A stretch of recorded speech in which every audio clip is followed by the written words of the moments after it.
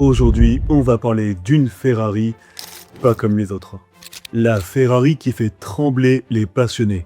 La Ferrari qui a parfois mis la vie de ses conducteurs en danger. Oui, on parle bien d'une voiture peu fiable, dangereuse, voire très dangereuse. Restez avec moi pour découvrir de quelle Ferrari il s'agit. Mais avant de commencer, abonnez-vous à la chaîne et activez la cloche pour ne louper aucune vidéo. Dites-nous en commentaire si vous avez déjà vécu une expérience dangereuse avec une voiture de course. Ferrari est un symbole de puissance, mais pas toujours de fiabilité. Ferrari, c'est le rêve de tous les passionnés automobiles.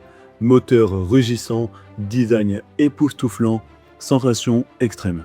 Mais derrière cette image de perfection, certaines Ferrari ont connu de sérieux problèmes.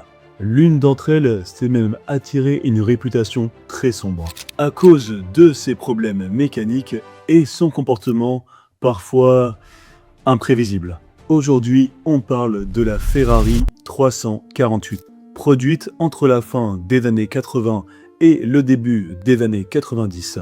C'est une voiture splendide sur le papier, mais qui cache un lourd secret. Alors, pourquoi la Ferrari 348 est-elle si critiquée? La Ferrari 348 est souvent pointée du doigt pour plusieurs problèmes majeurs. Problème de fiabilité mécanique. Son moteur V8 demande une attention constante. De nombreux propriétaires ont rapporté des pannes fréquentes, notamment liées à l'embrayage et à l'électronique. Une chauffe excessive.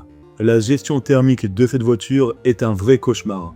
Le moteur peut facilement surchauffer, surtout en conduite sportive, ce qui entraîne des risques de panne ou pire, des risques de casse moteur. Ajoutez à ça une suspension et une tenue de route très délicate. La 348 est une voiture très exigeante. Mal maîtrisée, elle peut vite devenir dangereuse dans les virages, avec un comportement sous-vireur, parfois piégeur. Pour toutes ces raisons, l'entretien peut être très coûteux. Un véritable ennemi pour votre portefeuille, surtout si vous voulez garder votre Ferrari en bon état. Plusieurs témoignages de propriétaires appuient d'ailleurs ces problèmes. J'ai pu retrouver quelques témoignages sur le net et on va à présent en lire 3 ensemble. J'ai failli perdre le contrôle dans un virage à cause d'une défaillance de la suspension. Ça donne pas envie, ça donne pas envie. Le moteur a lâché après seulement 20 000 km, malgré un entretien régulier. Pour le coup, pas de chance. Il preuve à nouveau de son manque de fiabilité, mais c'est un cas assez rare. Les réparations coûtent une fortune. C'est une voiture qui me fait plus stresser qu'autre chose. Cette dernière citation illustre bien le problème majeur de cette Ferrari. Ces problèmes de fiabilité mécanique représentent malheureusement le coût de la voiture au quotidien. Avec tous ces problèmes, on peut donc se demander pourquoi Ferrari a sorti la 348. La 348 était censée remplacer la célèbre 328 en offrant plus de puissance et un design modernisé.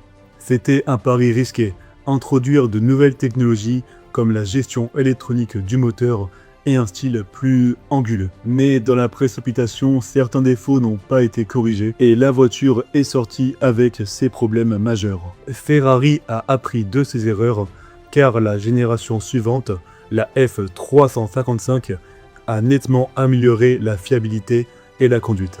Alors, faut-il fuir la 348? Si vous êtes un puriste et un collectionneur prêt à investir du temps et de l'argent dans votre passion, elle peut avoir son charme. Mais pour un conducteur lambda, c'est clairement une voiture à éviter, si vous ne voulez pas vivre un enfer mécanique. Avez-vous déjà entendu parler ou vu cette Ferrari maudite? N'hésitez pas à nous raconter vos histoires en commentaire. Et partagez cette vidéo à votre meilleur ami qui veut acheter une Ferrari.